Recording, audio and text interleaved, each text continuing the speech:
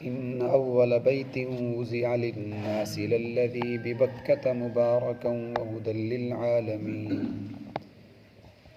فيه آيات بينات مقام إبراهيم ومن دخله كان آمنا ولله على الناس حج البيت من استطاع إليه سبيلا ومن كفر فإن الله غني عن العالمين صدق اللہ العظیم۔ سورۃ آل عمران کی آیت نمبر 96 اور آیت نمبر 97 آپ حضرات کے سامنے تلاوت ہوئی ہے۔ ان اول بیت وضع للناس، بے شک سب سے پہلا گھر جو لوگوں کی عبادت کے لیے مقرر کیا گیا، للذی ببکہ، البتہ وہ ہے جو مکہ میں ہے، مبارکا وہدی للعالمین، انتہائی بابرکت ہے اور جہان والوں کے لیے ہدایت ہے۔ فیہ آیات بینات، اور اس میں اللہ کی واضح نشانیاں ہیں۔ مقام ابراہیم، جیسے مقام ابراہیم، ومن دخلہ کان آمنا، اور جو اللہ کے اس گھر میں داخل ہو گیا وہ امن والا ہو گیا۔ وَلِلَّهِ عَلَى النَّاسِ حِجُّ الْبَيْتِ، اللہ کے لیے لوگوں پر واجب ہے، فرض ہے بیت اللہ کا حج کرنا۔ مَنِ اسْتَطَاعَ إِلَيْهِ سَبِيلًا، اس پر واجب ہے جو اس کی طرف چل کے جانے کی طاقت بھی رکھتا ہو۔ وَمَنْ كَفَرَ فَإِنَّ اللَّهَ غَنِيٌّ عَنِ الْعَالَمِينَ، وہ آدمی جس نے کفر کیا بس بے شک اللہ تعالیٰ جہان والوں سے بے پرواہ ہے۔ سب سے پہلا گھر جو عبادت کے لیے مقرر ہوا، للذی ببکہ، وہ ہے جو مکہ کے اندر ہے۔ عبادت کے لیے سب سے پہلا مکان، سب سے پہلی مسجد، سب سے پہلی جگہ جہاں عبادت ہوئی اس روئے زمین پر، وہ خانہ کعبہ ہے، وہ بیت اللہ شریف ہے۔ للذی ببکہ، وہ جو مکہ میں ہے۔ مکہ کو مکہ بھی کہتے ہیں اور بکہ بھی کہتے ہیں۔ مکہ کا کیا معنی ہے؟ مکہ ویسے ناف کو کہتے ہیں، ناف، انسان کے جسم میں جو ایک حصہ ہوتا ہے چھوٹا سا سوراخ نما بنا ہوا، اس کو ناف کہتے ہیں۔ تو خانہ کعبہ کو، یہ جو مکہ شہر میں ہے، اس کو بھی مکہ اس لیے کہتے ہیں کہ یہ بھی پوری دنیا کے لیے ناف کی حیثیت رکھتا ہے۔ اللہ تعالیٰ نے یہیں سے زمین کو پھیلانا شروع کیا اور زمین بنائی، کائنات کو بنایا۔ تو سب سے پہلی جگہ مکہ ہے، بالکل وسط میں ہے، زمین کے درمیان میں ہے، اسی سے ہی مشرق مغرب شمال جنوب بنے۔ تو جیسے ناف انسان کے بالکل درمیان میں ہوتی ہے، تو مکہ بھی پوری روئے زمین کے بالکل درمیان میں ہے، اس لیے اس کو مکہ کہتے ہیں۔ اور مکہ کہنے کی ایک وجہ یہ بھی ہے، اس حیثیت سے بھی مکہ کہتے ہیں کہ جیسے بچہ جب ماں کے پیٹ میں ہوتا ہے نا، تو اس کو جو خوراک ملتی ہے وہ ناف والی رگ سے ملتی ہے۔ تو بیت اللہ شریف بھی ہمارے لیے ناف کی حیثیت رکھتا ہے کہ ہم مسلمانوں کو، مومنوں کو جو روحانی غذا ملتی ہے وہ اسی مکہ سے ہی آتی ہے۔ مکہ ہماری روحانیت کا مرکز ہے۔ جیسے بچہ ماں کے پیٹ میں ہوتا ہے تو اس کو خوراک ناف کی رگ سے مل رہی ہوتی ہے، تو ہمیں جو روحانی غذا پہنچتی ہے، اللہ کی رحمتیں برکتیں، وہ بیت اللہ سے ہی ملتی ہیں۔ اور اس کا دوسرا نام بکہ بھی ہے، بکہ۔ تو اس چوتھے سپارے میں جو ابھی ہم آیت پڑھ رہے ہیں، اس میں مکہ نہیں لکھا ہوا، بکہ لکھا ہوا ہے۔ بکہ سے مراد بھی مکہ مکرمہ ہی ہے۔ بکہ کا معنی ہے گردن توڑنے والا، گردن کو توڑ دینے والا، گردن کو توڑنا۔ تو مکہ کو مکہ اس لیے کہتے ہیں کہ تمام لوگ جو کلمہ گو ہیں جب نماز پڑھتے ہیں، امیر ہوں یا غریب، کوئی بڑا ہو یا چھوٹا، مسجد میں ہو یا کہیں اور، جب نماز پڑھتا ہے تو اپنی گردن بیت اللہ کی طرف جھکا لیتا ہے۔ مسجود لہو، جس کو سجدہ کر رہے ہوتے ہیں ہم، وہ تو اللہ کی ذات ہوتی ہے، لیکن جس طرف ہم سجدہ کرتے ہیں، جس جہت کی طرف اپنی گردن جھکاتے ہیں، تو وہ مکہ ہی ہوتا ہے، خانہ کعبہ ہی ہوتا ہے۔ تو بڑے بڑے لوگوں کی، امیروں کی، غریبوں کی، سب کی گردنیں اس کے سامنے جھک جاتی ہیں۔ لوگ اپنی گردنوں کو جھکا دیتے ہیں، اس لیے اس کا نام ہے بکہ، گردنوں کو توڑنے والا، گردنوں کو جھکانے والا۔ اور ایک اس کو بکہ کہنے کی وجہ یہ بھی لکھی ہے، بکہ کا معنی ہے گردن توڑنے والا۔ جس کسی انسان نے بھی جب سے یہ بیت اللہ بنا، اللہ کا گھر بنا، کسی بھی آدمی نے اگر اس کو گرانے کی کوشش کی، اس کے خلاف کوئی سازش کی، تو اللہ نے عرش سے اپنی مخلوق بھیج کر اس کی گردنیں توڑوا دی. جیسا کہ ابرہا اس بدبخت نے بیت اللہ کو گرانے کا ارادہ کیا، 60,000 کا لشکر لے کر آیا، بڑی فوج اور بڑا اسلحہ لے کر، ہاتھی لے کر، بڑے بڑے ہاتھی تھے، ان پر سوار ہو کر آیا، ناپاک عزم سے آیا. تو جب قریب پہنچا تو اللہ تعالیٰ نے آسمان سے چھوٹی چھوٹی مخلوق بھیج دی، ابابیل بھیج دیے، اور ہر ابابیل کے پاس 3 کنکر تھے مسور کی دال کے برابر. ایک کنکر اس کے دائیں پنجے میں، دوسرا بائیں میں، اور ایک چونچ میں. جب اوپر سے یہ ابابیل اس کنکر کو پھینکتے تھے تو اس کی اتنی سپیڈ تھی جیسے آج کل کلاشن کوف کی گولی چلتی ہے، اس سے بھی زیادہ. جب وہ کنکر اوپر سے پھینکتے تو آدمی کے سر میں لگتا اور اس کے آر پار ہو جاتا، آدمی سے بھی پار، اور نیچے جو اس کا ہاتھی ہوتا تھا، ہاتھی سے بھی پار نکل کر زمین کے اندر کنکر چلے جاتے. عموماً اس طرح کے معمولی چھوٹے سے کنکر سے بندہ مرتا نہیں ہے، لیکن اللہ کی طاقت تھی، اللہ نے اس میں اتنی پاور رکھ دی، اس کنکر سے اللہ نے 60,000 کا لشکر زمین کے اندر جو ہے دھنسا دیا. سب کو کوئی ایک بھی نہ بچا، نہ اس کا کوئی فوجی بچا، نہ اس کا کوئی ہاتھی بچا. تو یہ مطلب ہے کہ یہ بکا ہے، گردن کو توڑنے والا ہے. کبھی کسی نے ناپاک ارادے سے اس کی طرف سفر کیا، میں اس کو گراؤں گا، اس کو توڑوں گا، اس کے خلاف سازش کی، تو یہ اس کی گردن توڑ دیتا ہے، مکہ اپنے قریب نہیں آنے دیتا. ان اول بیت وضع للناس، بے شک پہلا گھر جو لوگوں کے لیے مقرر ہوا. پہلے ہونے کا مطلب یہ ہے کہ جب اللہ تبارک و تعالی نے جناب آدم علیہ السلام کو پیدا کیا تو انہوں نے روئے زمین کے اوپر آ کر اپنی ایک مسجد بنائی، ایک گھر بنایا عبادت کرنے کے لیے. اس وقت اور کوئی جگہ نہیں تھی، سب سے پہلا گھر یہ بیت اللہ ہی تھا. جناب آدم علیہ السلام نے فرشتوں کی مدد سے مل کر یہ اللہ کا گھر بنایا. پھر اس کے بعد 40 سال بعد آدم علیہ السلام نے ملک شام کی طرف سفر کیا اور وہاں جا کر مسجد اقصیٰ کو تعمیر فرمایا جو بیت المقدس میں ہے. تو ان دونوں کے درمیان، بیت اللہ اور بیت المقدس، ان دونوں کی تعمیر کے درمیان 40 سال کا فاصلہ ہے.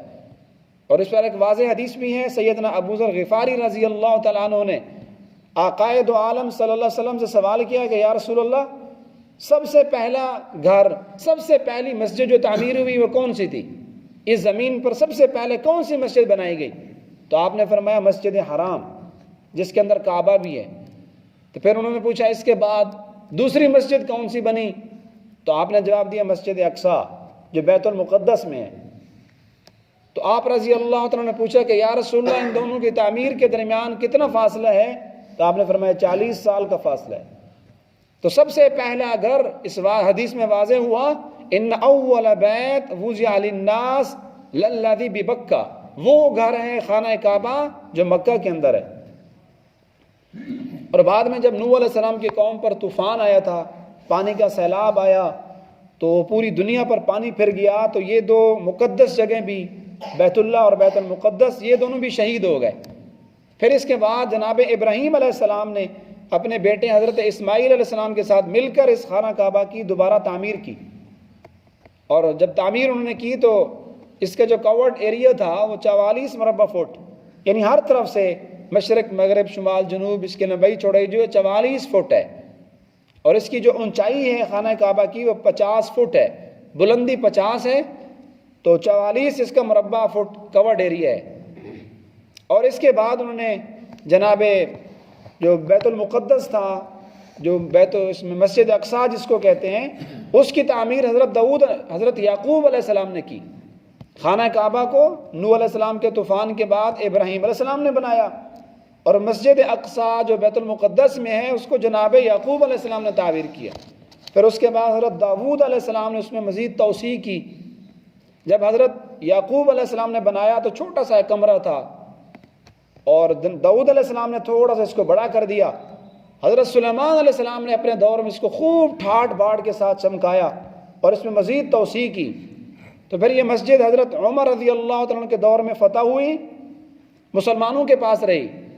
1967 سے یہودیوں نے اس پر قبضہ کیا. ابھی تک یہ مسجد اقصیٰ جو عرصہ دراز تک مسلمانوں کے قبضے میں رہی، انبیاء کا یہ مدفن بھی ہے یہ علاقہ، اور انبیاء کے لیے قبلہ بھی رہی، ابھی تک یہ مسجد مظلوم چلی آ رہی ہے، یہودیوں کے قبضے میں ہے۔ اللہ ہم مسلمانوں کو، مسلمان حکمرانوں کو غیرت عطا فرمائیں اور اس کے لیے جہاد کریں، کوشش کریں اور یہودیوں کے قبضے سے مسجد کو چھڑوائیں۔ اور بیت اللہ شریف کی تعمیر جو نوح علیہ السلام کے طوفان کے بعد ہوئی، جناب ابراہیم علیہ السلام نے اپنے بیٹے اسماعیل کے ساتھ مل کر ان دونوں نبیوں نے اس خانہ کعبہ کو تعمیر کیا۔ اور یہ جو سارا قصہ اللہ پاک اس آیت میں بیان فرما رہے ہیں نا، اس کا پچھلی آیات کے ساتھ ربط بھی ہے۔ گزشتہ آیات میں آپ کو بتلایا گیا تھا کہ یہودی جو ہے بہت سارے اعتراضات کرتے تھے حضور کی نبوت پر، تو اللہ تعالیٰ نے ان شبہات کو رد کر دیا۔ تو یہودیوں کا ایک شبہ جو کل ذکر میں نے کیا تھا، وہ کہتے تھے کہ تم کیسے مسلمان ہو، تم کیسے ملت ابراہیمی پر ہو، ابراہیم علیہ السلام تو اونٹ کا گوشت نہیں کھاتے تھے، تم اونٹ کا گوشت کھاتے ہو۔ تو اللہ نے ان کے شبہوں کو دور کیا۔ اس آیت میں بھی یہودیوں کے ایک شبہ کو دور کیا گیا۔ یہودی یہ کہتے تھے کہ سب سے پہلا گھر جو اس روئے زمین پر بنا وہ بیت المقدس ہے، وہ مسجد اقصیٰ ہے، ان کا دعویٰ تھا۔ اور تم مسلمان کہتے ہو کہ نہیں، سب سے پہلا گھر جو ہے خانہ کعبہ ہے۔ تو جیسے پچھلی آیات میں اللہ نے ان کے شبہوں کو دور کیا، ان کے اعتراض کا رد کیا، تو یہ آیت بھی یہودیوں کے اعتراض کے رد میں ہے کہ پہلا گھر وہ مسجد اقصیٰ نہیں ہے، وہ بیت اللہ ہے، خانہ کعبہ ہے۔ جیسے میں نے تفصیل سے عرض کیا کہ آدم علیہ السلام نے سب سے پہلے بیت اللہ کو بنایا، پھر اس کے 40 سال بعد مسجد اقصیٰ بنی۔ اور اس کا ماقبل سے ربط یوں بھی بیان کیا گیا کہ قرآن مجید میں نسخ ہے، بہت ساری آیات احکام منسوخ ہو جاتے ہیں۔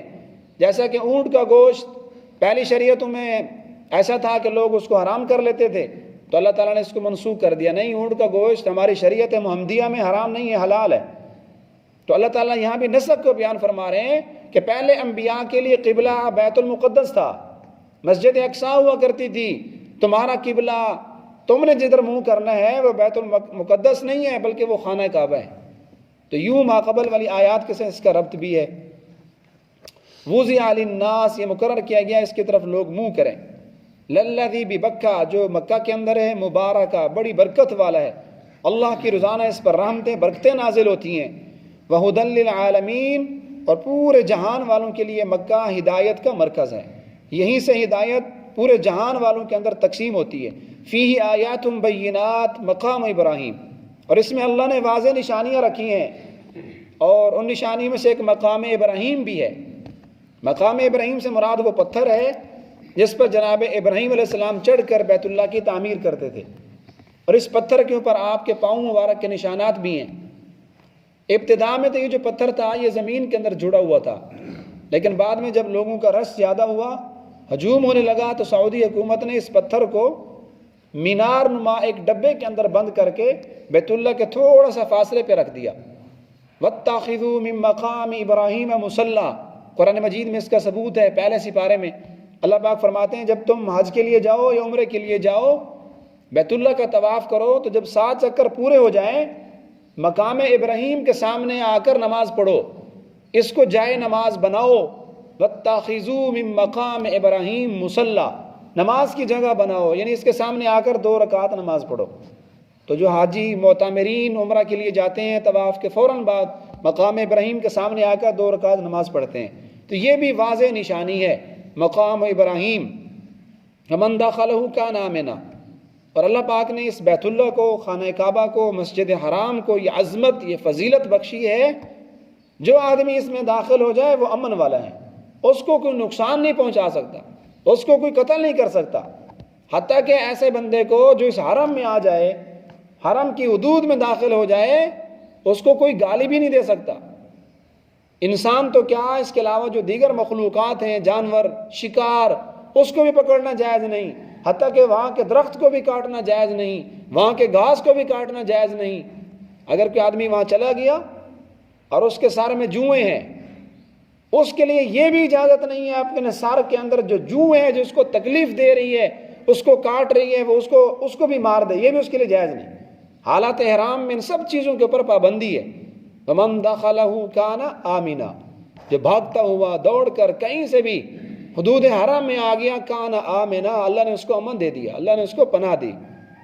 اور ایک امن کا مطلب یہ بھی ہے کہ بڑے بڑے گناہ گار ساری زندگی جنہوں نے گناہ کیا ہوتا ہے، اللہ کی نافرمانی کی ہوتی ہے، تو بڑی مشکل کے ساتھ اپنے حج عمرے کا سامان تیار کر کے بیت اللہ کے سامنے جب جاتے ہیں، جہنمی ہو چکے ہوتے ہیں، گناہ گار ہو چکے ہوتے ہیں، غلاف کعبہ کو پکڑتے ہیں، اللہ کے سامنے روتے دھوتے ہیں، تو ان کو جہنم سے پناہ مل جاتی ہے، ان کو امن مل جاتا ہے، ان کو سکون مل جاتا ہے۔